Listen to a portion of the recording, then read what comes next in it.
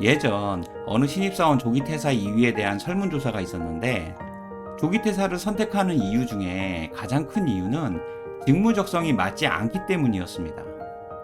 하지만 저는 회사 직무가 적성에 맞는 사람이 있을까라는 생각이 들었습니다.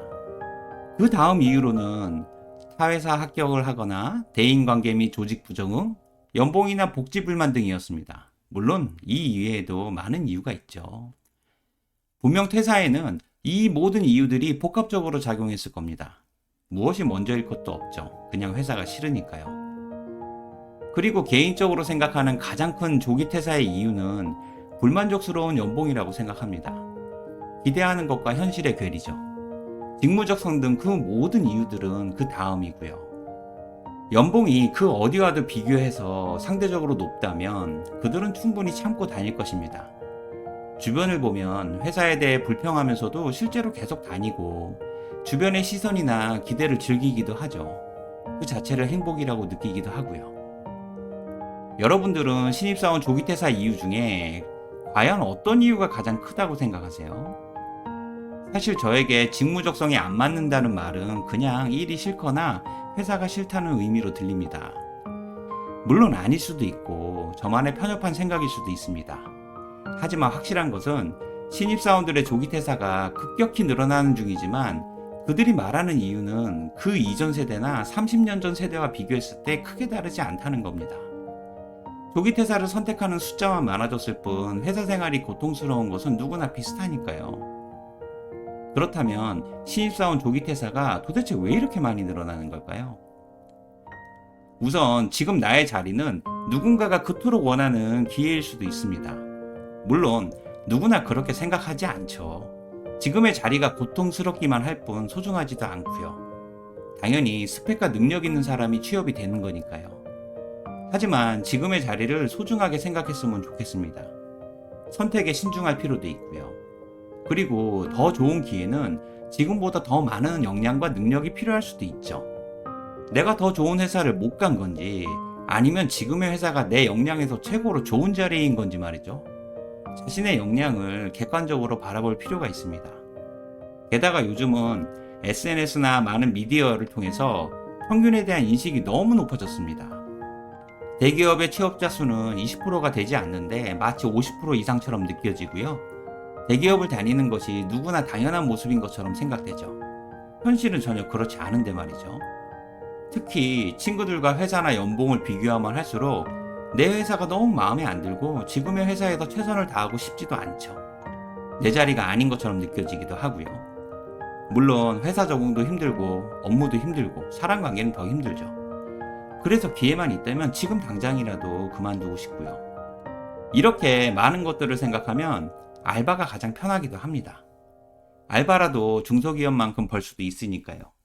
물론 이를 통해 더 좋은 기회를 기다리는 시간을 벌 수도 있으니까요. 또한 회사의 워라밸이나 연봉, 의사결정이나 일하는 방식, 즉 조직 문화가 마음에 안 들기도 하죠. 직원들의 인식과 조직 문화가 너무 다르기도 하고요. 개인적으로 조직 문화에 대해 좋은 이야기를 하는 사람을 본 적이 없습니다.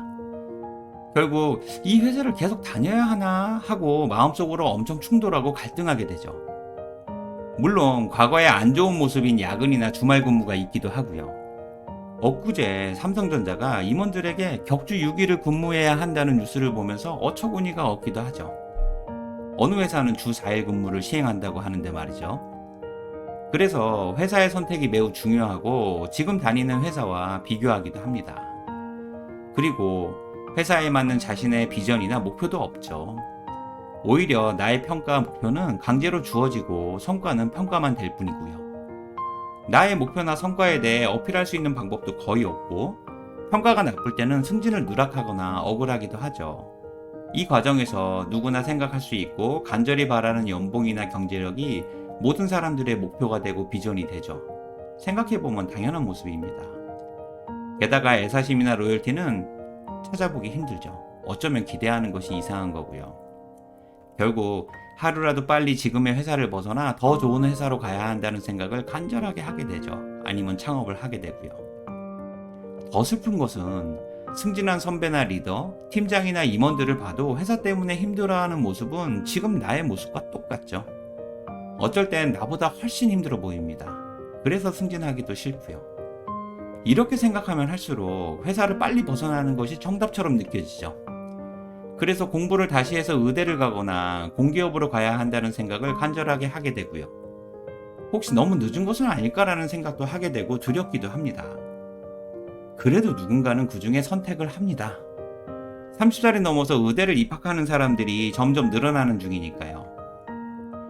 개인적으로 저는 신입사원들의 조기 퇴사가 급격하게 늘어나는 현상을 문제라고 생각하지 않습니다. 세상의 변화가 점점 빨라지듯이 오히려 이런 모습을 당연하게 생각하고 받아들여야 할 트렌드라고 생각합니다. 물론 기존 선배나 기성세대는 회사를 생각하면 조기 퇴사가 문제라고 생각할 수도 있지만 신입사원들에게는 지금 개개인의 선택이 훨씬 중요하죠.